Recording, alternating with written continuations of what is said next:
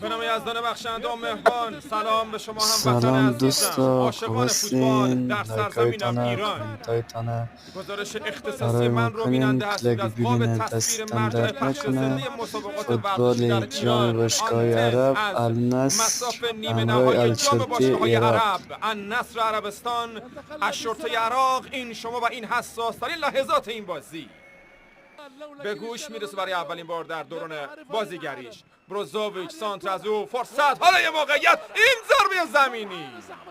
احمد فاضل توپ رو گرفت. آیا آفساید نبود؟ بروزوویچ.